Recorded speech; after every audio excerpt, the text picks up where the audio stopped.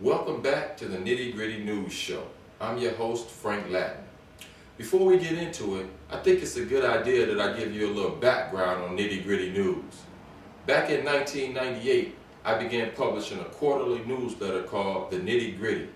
The newsletter took more of an aggregate or big picture approach to discussing social and economic issues such as globalization, affirmative action, immigration, and the war.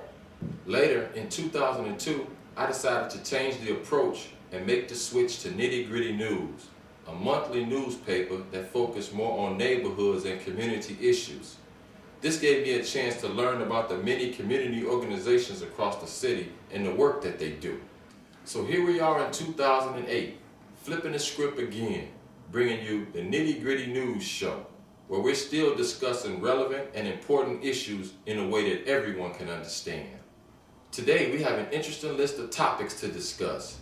We're going to head out to the Austin community, to the Sankofa Cultural Arts and Business Center to talk with Mr. Malcolm Crawford, who's the Executive Director of the Austin African American Business Networking Association. We're also going to catch up with Second Ward Alderman Bob Ferretti. Our political consultant, Mr. Martin Clayton, is going to stop by to discuss the latest developments in the race for the White House. My man Steph Warren will also be here to help us break down the sports and entertainment scene. We also have world briefs, national briefs, local briefs, hood news, such as a look at the thriving bootleg industry and also the impact of loose squares being sold on the street. So make sure you stick around, check us out, see how we do things here at Nitty Gritty News. And I might just drop something on your dome that you can use. So come take a ride with me as we head out west to the Austin community.